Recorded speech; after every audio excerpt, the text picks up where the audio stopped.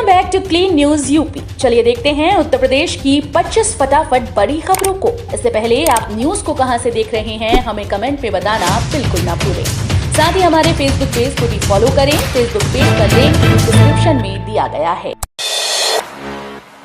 500 शिल्पकारों को मिलेगा लोन।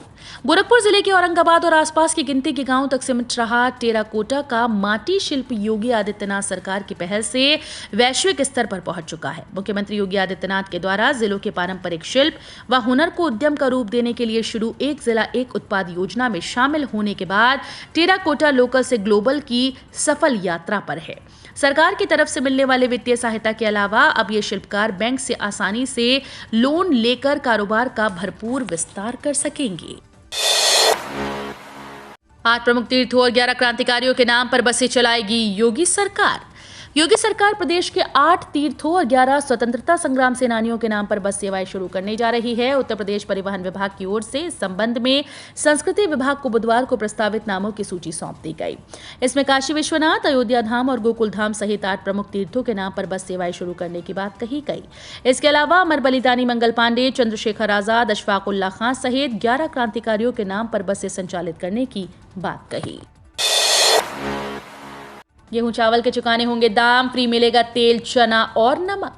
राशन दुकानों से निःशुल्क गेहूं चावल का वितरण बंद हो गया है। राष्ट्रीय खाद्य सुरक्षा योजना के तहत मिलने वाले नियमित राशन के लिए अब कार्ड धारकों को रियायती दाम चुकाने होंगे। राज्य सरकार की ओर से NFSA के तहत फ्री वितरण की योजना जून माह तक थी। आज से मिलने वाले नियमित राशन के लिए कार्ड धारकों को 2 रुपए किलो गेहूं और 3 रुपए किलो चावल के दाम चुकाने होंगे। कार्ड धारक गेहूं चावल के पैसे तो चुकाएंगे, लेकिन इस माह चना, तेल और नमक निःशुल्क मिलेगा। जानकारों की माने तो ये चना, नमक और तेल जून माह का बकाया है। अभी तक इस योजना को भी विस्तार नहीं किया गया है। लखनऊ, कानपुर समेत 43 जिलों में खुलेंगे 86 fast charging station. Lucknow, Kanpur, Ayodhya, Gorakhpur समेत सूबे के 43 जिलों में 2-2 फास्ट EV चार्जिंग स्टेशन खोलने की तैयारी है। लखनऊ में प्रदेश का पहला फास्ट चार्जिंग स्टेशन खुल चुका है, जहां 50 मिनट में इलेक्ट्रिक कार या SUV चार्ज हो जाएगी। आने वाले समय में हर जिले के 4 कोनों में फास्ट चार्जिंग स्टेशन खोले जाएंगे। इंडियन ऑयल ने इसकी तैयारी शुरू कर दी। लखनऊ में fast EV charging station Tata के सहयोग से पायलट प्रोजेक्ट के तौर पर लगाया गया है। इंडियन ऑयल अधिकारियों के अनुसार वाहनों का दबाव ध्यान में रखते हुए यूपी के अन्य जिलों में चार्जिंग स्टेशन खोलने की तैयारी है। लखनऊ में कैंसर संस्थान में 500 पदों पर भर्ती होगी। राजधानी लखनऊ के चक गंजरिया स्थित कल्याण सिंह कैंसर संस्थान में मरीजों को और भी बेहतर इलाज मिलेगा। डॉक्टर कर्मचारियों की कमी दूर होगी। इसके लिए शासन ने संस्थान में 500 पदों पर भर्ती का फैसला किया है। इसमें डॉक्टर, रेजिडेंट नर्सिंग व दूसरे टेक्निकल कर्मचारी शामिल हैं। कैंसर संस्थान में लगातार मरीजों की संख्या बढ़ रही है। यहाँ 24 नियमित डॉक्टर हैं। एक बॉन्ड के तहत डॉक्टर की तैनाती है। 18 सीनियर, 56 जूनियर रेजिडेंट डॉक्टर काम कर रहे हैं। 219 आउटसोर्सिंग कर्मचारी तैनात हैं। करीब 70 बेड पर मरीज भर्ती किए जा रहे हैं। मरीजों का दबाव बढ़ रहा है। ऐसी दशा में करीब 200 और बेड बढ़ाए जाने की प्रक्रिया चल रही है। योगी सरकार ने तय किया नौकरियों के लिए खेल कोटा। खेल के माध्यम से नए रोजगार सृजित करने के लक्ष्य के साथ प्रदेश सरकार की ओर से सरकारी नौकरियों में 2% कोटा तय कर दिया गया। राष्ट्रमंडल खेलों के पदक विजेताओं और प्रतिभाग करने वाले प्रदेश के खिलाड़ियों को जल्द सम्मानित किया जाएगा। उन्हें पुरस्कार के तौर पर करोड़ों रुपए की धनराशि मिलेगी। ये बातें खेल और युवा कल्याण राज्य मंत्री गिरीश चंद्र यादव ने KD सिंह बाबू स्टेडियम के सभागार में लखनऊ मंडल की विभागीय समीक्षा बैठक में कही। ज्ञानवापी पर सुनवाई आगे होगी या नहीं, 12 सितंबर को वाराणसी की अदालत सुनाएगी फैसला। वाराणसी में काशी विश्वनाथ मंदिर से सटी ज्ञानवापी मस्जिद और श्रृंगार गौरी केस की मेरिट को लेकर चल रही सुनवाई बुधवार को पूरी हो गई। अब 12 सितंबर को अदालत इस पर फैसला सुनाएगी। उस दिन इस बात का फैसला होगा कि मामले की आगे सुनवाई जारी रहेगी या नहीं। सुप्रीम कोर्ट के आदेश पर वाराणसी के जिला जज की अदालत में केस की मेरिट पर सुनवाई में हिंदू और मुस्लिम पक्ष की ओर से दलीलें पेश की गईं। मेरठ में ट्रैफिक तोड़ा तो सीधा घर पहुंचेगा चालान। मेरठ में ट्रैफिक नियम तोड़ने वालों की अब खैर नहीं। आपने ट्रैफिक नियम तोड़ा नहीं कि आपके घर पर ट्रैफिक विभाग का चालान पहुंचेगा। दरअसल मेरठ में इंटीग्रेटेड ट्रैफिक मैनेजमेंट सिस्टम की शुरुआत हो चुकी है, जिसके तहत शहर भर में 93 CCTV कैमरे के जरिए नजर रखी जाएगी। पुलिसकर्मी की नजर से बचकर निकलना तो आसान था, लेकिन कैमरे की नजर से बचना नामुमकिन होगा। मेरठ नगर निगम ने हाईटेक कंट्रोल रूम बनाया, जो ट्रैफिक नियम तोड़ने वालों के घर पर सीधा ई-चालान भेजेगा। मेरठ में ट्रैफिक मैनेजमेंट को दुरुस्त करने के लिए स्मार्ट सिटी मिशन के तहत 8 चौराहों पर एनपीआर कैमरे लगाए गए हैं। अगर कोई किसी भी वजह से ट्रैफिक नियम तोड़ता है तो चालान सीधा उसके घर पहुंचेगा। सिंगल यूज प्लास्टिक मिली तो देना होगा भारी जुर्माना। प्रदेश सरकार सिंगल यूज प्लास्टिक के खिलाफ जिलों में और सख्ती से अभियान चलाने जा रही है। प्रतिबंधित पॉलिथीन मिलने पर चालान कर जुर्माना वसूला जाएगा। पर्यावरण, वन और जलवायु परिवर्तन विभाग ने सभी जिलाधिकारियों को पत्र भेजकर छापेमारी बढ़ाने के निर्देश दिए। उत्तर प्रदेश प्रदूषण नियंत्रण बोर्ड और नगरीय निकायों को भी पॉलिथीन का प्रयोग पूरी सख्ती के साथ रोकने और जुर्माना वसूलने के लिए कहा गया है। अब ग्राहकों को 24 घंटे और 7 दिन मिलेगी बैंकिंग सेवा। बैंक का काम निपटाने के लिए अब आपको कैलेंडर देखने की जरूरत नहीं। पूरे वर्ष 24 घंटे काम करने वाले ऐसे बैंक खुलने जा रहे हैं जहां न कागज होंगे और न ही कर्मचारी। बैंक शाखाओं के रूप में देश भर में डिजिटल बैंकिंग यूनिट स्थापित की जाएगी। अयोध्या में बनेगा देश का पहला सोलर रामायण क्रूज। रामनवमी पर अयोध्यावासी ही नहीं, देश भर से आने वाले श्रद्धालु सरयू नदी में चलने वाले लग्जरी रामायण क्रूज पर गुप्तार घाट से अयोध्या तक आध्यात्मिक सफर का आनंद उठा सकेंगे। क्रूज निर्माण के लिए जिलाधिकारी नीतीश कुमार की मौजूदगी में भूमि का चयन कर लिया गया, जिसके बाद यह तय हो गया कि लग्जरी क्रूज का निर्माण सरयू नदी के गुप्तार घाट से सटे विसर्जन घाट के पास किया जाएगा। सीएम योगी का महत्वपूर्ण निर्णय, शासन की बैठकों में व्यस्त नहीं रहेंगे डीएम और सीडीओ। जनता की शिकायतों का निस्तारण जिला स्तर पर समय से हो जाए, इस पर मुख्यमंत्री योगी आदित्यनाथ लगातार जोर दे रहे हैं। लेकिन फीडबैक मिला कि खासतौर पर जिलाधिकारी और मुख्य विकास अधिकारी बैठकों व शासन स्तर की वीडियो कॉन्फ्रेंसिंग में ही व्यस्त रहते हैं। इसे गंभीरता से लेते हुए सीएम योगी ने महत्वपूर्ण निर्णय लिया कि अब सप्ताह में सिर्फ एक दिन मंगलवार को ही वीडियो कॉन्फ्रेंसिंग के माध्यम से शाम 6 बजे के बाद सभी विभाग बैठक करेंगे। आयोग ने बदला स्टाफ नर्स भर्ती का परिणाम। उत्तर प्रदेश लोक सेवा आयोग ने चिकित्सा एवं स्वास्थ्य सेवा विभाग, चिकित्सा शिक्षा और प्रशिक्षण विभाग और किंग जॉर्ज मेडिकल विश्वविद्यालय में स्टाफ नर्स भर्ती 2021 का संशोधित परिणाम जारी कर दिया। स्टाफ नर्स सिस्टर ग्रेड 2 में विज्ञापित 4,743 पदों के सापेक्ष 3,105 अभ्यर्थियों को सफल घोषित किया गया। आयोग के द्वारा निर्धारित न्यूनतम अर्हता धारित अभ्यर्थी उपलब्ध न होने के कारण 1638 सीट्स खाली रह गई। मृतक आश्रितों की नौकरी के बारे में सीएम योगी का बड़ा फैसला। उत्तर प्रदेश में कई ऐसे विभाग हैं जहां समूह ग के पद खाली नहीं हैं, जबकि पढ़े लिखे आश्रित समूह घ के पदों पर नौकरी करने को तैयार नहीं। सीएम ने इसको देखते हुए नवंबर 2021 में कैबिनेट से यह फैसला किया था कि ऐसे आश्रितों को दूसरे विभागों में भी नौकरी देकर समायोजित किया जाए, जिससे आश्रितों को नौकरी मिल सके और विभागों के खाली पद भरे जाएं। फैसले के बाद दूसरे विभागों के मृतक आश्रितों को अपने यहाँ नौकरी देने के लिए अन्य विभागों ने कार्मिक विभाग को रजामंदी दे दी है। इसके साथ ही मृतक आश्रितों की नौकरी का रास्ता साफ हो गया। पहले चरण में औद्योगिक विकास विभाग, वन पर्यावरण, राजस्व, चिकित्सा, स्वास्थ्य, कृषि विभाग ने सहमति दी है। अब पीएचडी यूनिवर्सिटी कॉलेज में बन सकेंगे प्रोफेसर, 4 साल के लिए होगी नियुक्ति। ये यूजीसी यानी यूनिवर्सिटी ग्रांट कमीशन की नई स्कीम है, जिसके लिए यूजीसी ने ड्राफ्ट गाइडलाइन जारी कर दी है। इस स्कीम के लागू होने के बाद यूनिवर्सिटी कॉलेज में ऐसे लोग भी पढ़ा सकेंगे जिनके पास पीएचडी की डिग्री नहीं होगी। ये लोग अपनी अपनी फील्ड के एक्सपर्ट्स होंगे, जिनके पास कम से कम 15 साल का अनुभव हो और वे किसी सीनियर पोस्ट पर काम कर रहे हों। जैसे कोर्ट में 15 साल से प्रैक्टिस कर रहा कोई लॉयर लॉ स्टूडेंट्स की क्लास ले सकेगा, या 15 साल से मीडिया में काम कर रहा कोई पत्रकार जर्नलिज्म के स्टूडेंट्स को पढ़ाएगा।